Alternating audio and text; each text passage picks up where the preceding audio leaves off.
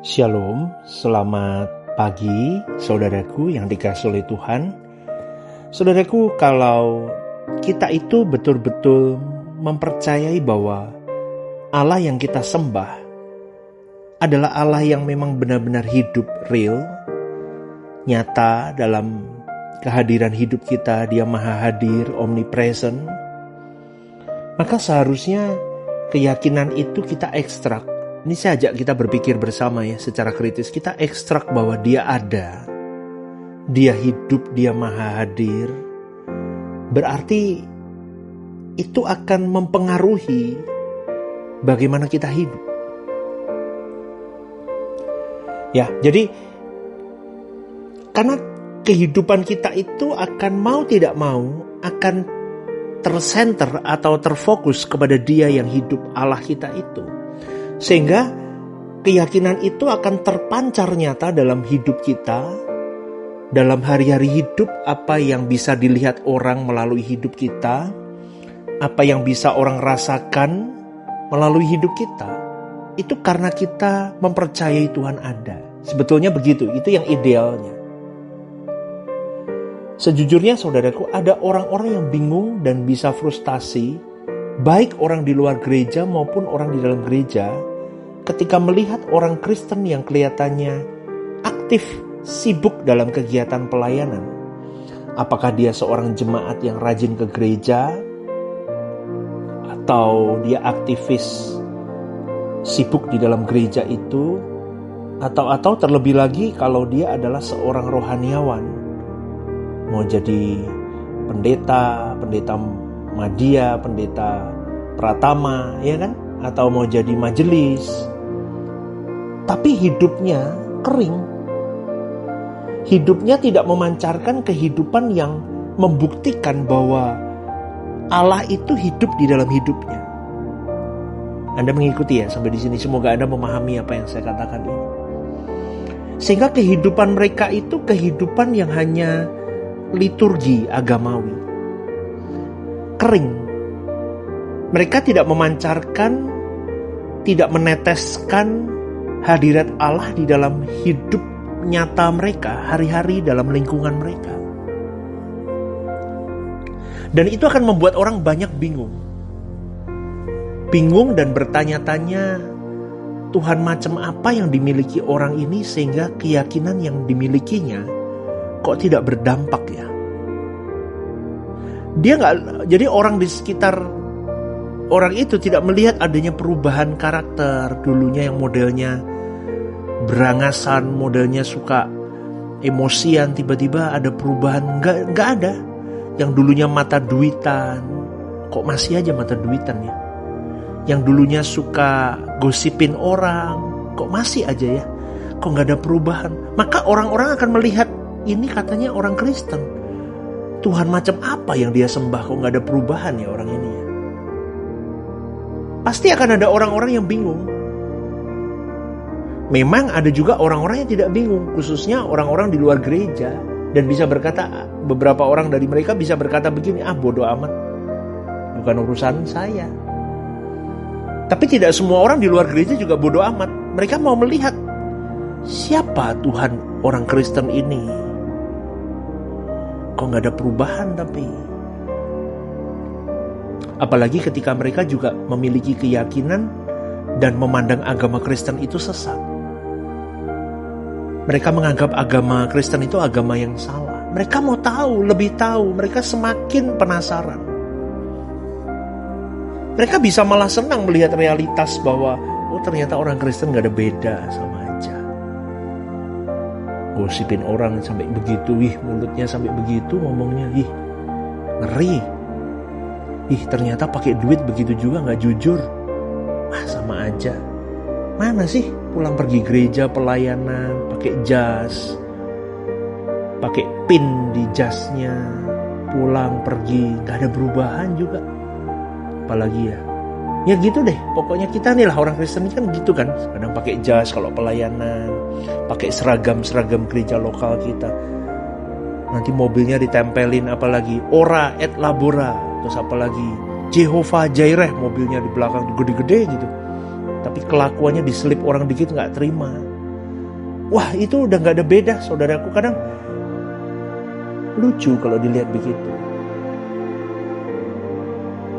Karena mereka bisa senang loh, orang-orang di luar sana itu ternyata sama aja.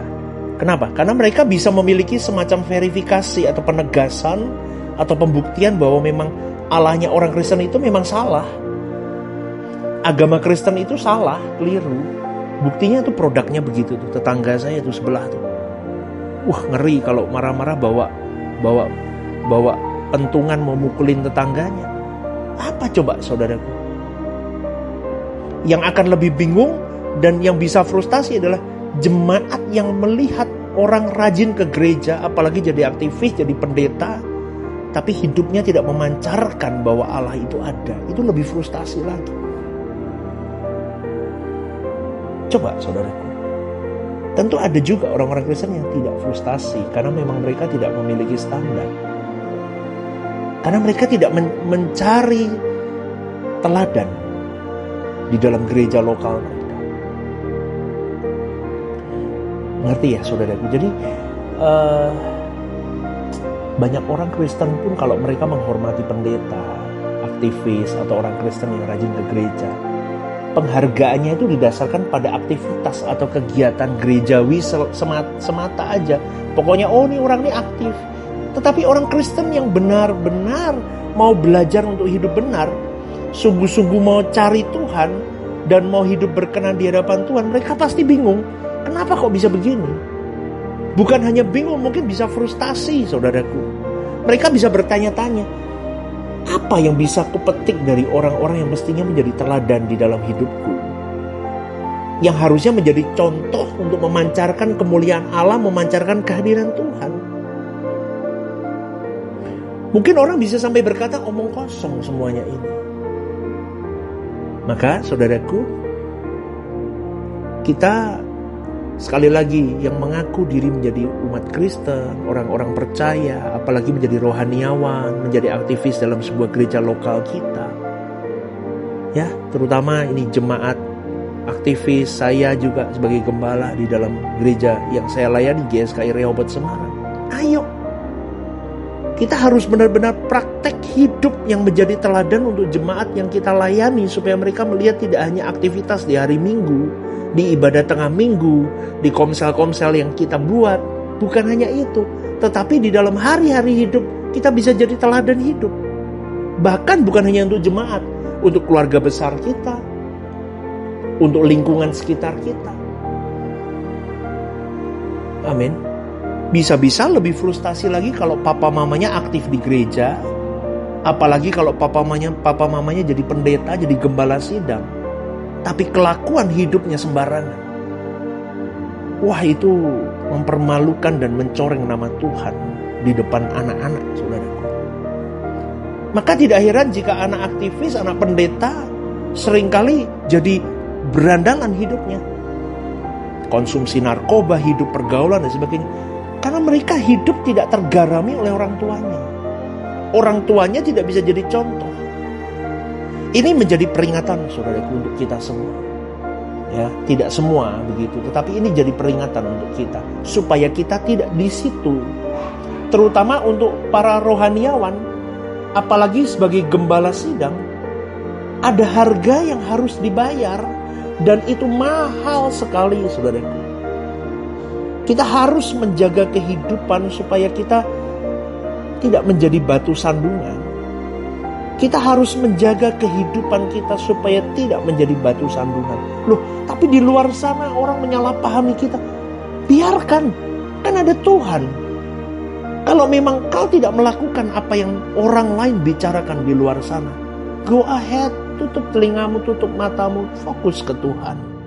Amin, saudaraku. Tetapi kalau kau lakukan seperti apa yang orang lain di luar sana katakan, jangan sembarangan hidup kau, saudaraku. Kau berurusan dengan Tuhan yang hidup. Tuhan punya tatanannya. Ingat baik-baik.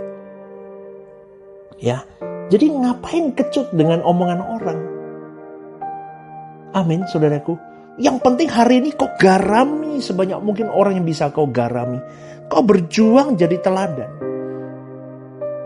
Dari kelakuan hidup gitu loh. Kalau kau disalahpahami, kau dijahati orang, apapun yang sedang kau lalui, kau tetap hidup tepat, kau tetap hidup benar di pemandangan Allahmu, kau tetap lurus. Itu namanya, saudaraku, kehidupanmu benar-benar memancarkan Tuhan.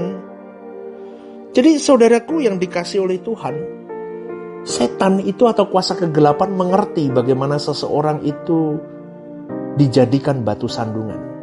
Misalnya, warna kita putih, tetapi dihembuskan warna kita merah. Ini yang namanya pembunuhan karakter. Saya mau katakan sekali lagi, seorang hamba Tuhan tidak boleh takut sama sekali terhadap pembunuhan karakter. Amin, saudaraku. Loh, pasti pendeta selurus apapun, sebaik apapun, semulia apapun dia hidup jujur sekalipun, tetap ada pembunuhan karakter di situ. Namanya juga orang banyak, saudaraku. Kalau zaman sekarang orang ngomong apa? Netizen terhormat, banyak komen. Tapi yang penting, kau harus hidup benar. Saya harus hidup benar. Makin benar, pasti makin dibela Tuhan. Dan makin benar, maka hidup kita akan dibimbing lebih benar sama Tuhan. Kalau ada pembunuhan karakter dalam hidupmu terjadi hari ini, kau diomong yang gak benar-benar, itu adalah berkat. Amin, saudaraku. Amin. Dengar, biar waktu yang akan membuktikannya. Saya ulang sekali lagi. Kalau terjadi pembunuhan karakter atas dirimu, ingat hal itu adalah berkat. Waktu akan membuktikannya. Maka kalau kita ingin anak-anak kita menjadi rohani, takut akan Allah, orang-orang di sekitar kita takut akan Allah, kau dan saya dulu memancarkan kehadiran Allah dalam hidup kita. Dengan cara apa? Jangan balas kejahatan dengan kejahatan. Oh, anaknya lihat, oh ternyata bapakku kalau dijahatin orang, dia ngadunya cuma di kamar doa ya. Dia ngadunya di kamar doa. Dia ngadu ke Elohim Yahweh. Dia cuma menangis di kamar doa. Dia tidak melawan. Dulu bapakku gak begitu. Dulu bapakku kalau diomongin orang, dia hampiri orang itu, dipukulin orang itu. Hari ini dia cuma duduk di kamar doa. Dia mengadu sama bapaknya yang di surga. Itu jadi potret hidup buat anak kita. Amin, saudaraku. Amin. Dunia boleh berkata, bego lu, bodoh, kamu gak balas, bodoh. Bego itu kebegoan. Tapi kalau kita hari ini mau berkata, oh itu bukan suatu kebodohan, itu suatu kebenaran yang harus aku lakukan. Karena aku tidak hidup hanya untuk diriku, aku hidup untuk banyak orang, untuk orang-orang di bawahku, orang-orang di sekitarku, lingkunganku. Lihat bagaimana aku merespon ketika kejahatan itu menghampiri diriku. Amin, saudaraku. Amin. Tahukah kita bahwa bulan itu sebenarnya tidak punya cahaya? Betul kan? Kalau kita melihat bulan bercahaya itu hanya memancarkan terang yang dia dapat dari matahari. Maka seseorang yang benar-benar berinteraksi dengan Allah, dengar baik-baik, dia akan memancarkan terang Allah. Kita mewarisi kekristenan yang meleset, saudaraku. Betul, kita mewarisi kekristenan yang meleset. Karena tidak serius memperkarakan apakah hidup kita itu telah memancarkan terangnya Tuhan apa enggak. Tetapi sebaliknya, manusia yang serupa dengan dunia ini akan memancarkan warna dunia. Coba lihat deh saudara. Dari penampilannya, dari sikapnya, dari perkataannya, apa yang dikenakan, gaya hidupnya, perilakunya. Maka firman Tuhan berkata dalam Roma 12 ayat 2 agar kita tidak serupa dengan dunia ini. Sebaliknya, kita harus serupa dengan Allah, serupa dengan Tuhan. Dulu kita serupa dengan dunia. Kita mewarisi dan menyerap spirit dunia yang terekspresi dalam perilaku kita. Kalau kita marah, kita mengumpat, kita bersungut-sungut, kita mengatai orang. Wah, karakternya buruk banget. Kita dendam kalau disakiti. wah kelihatan gak baik gitu loh. Tapi kita sekarang harus serupa dengan Tuhan, bukan dengan dunia. Loh, saya ngomong ini bolak-balik. Kenapa? Karena saya buruk karakter saya dulu. Betul. Kalau bahasa orang Semarang itu, karakter saya itu mokong, saudara. Wah, keras. Nggak urusan apa, tuabrak aja. Tapi karena kalau saya sudah ketemu Tuhan, tahu kebenaran, karakter itu harus hilang. Maka harus sungguh-sungguh cari Tuhan kalau kau mau berubah hidupmu. Karena pergi ke gereja bukan berarti sudah cari Tuhan secara penuh. Itu baru sebagian kecil usaha kita mencari Tuhan ke gereja itu. Kalau gereja tidak mengajarkan kebenaran, tidak menghadirkan hadirat Allah, maka jemaat pulang seperti pasien rumah sakit yang gak sembuh tanpa perawatan. Begitu saudaraku. Jadi tidak heran ada orang Kristen yang dari kecil sekolah minggu sampai tua tidak ada perubahan karakter seperti Yesus dalam hidupnya. Coba, mungkin dia makin bijaksana atau mungkin makin sabar, tapi dia tidak cemerlang di hadapan Allah, tidak memancarkan kecemerlangan Allah dalam hidupnya. Maka sekali lagi saudaraku, sebelum saya tutup renungan ini, hiduplah benar, hiduplah memancarkan Kristus. Jangan takut dengan apapun yang membunuh karaktermu. Tuhan itu hidup. Selamat pagi, Tuhan memberkati.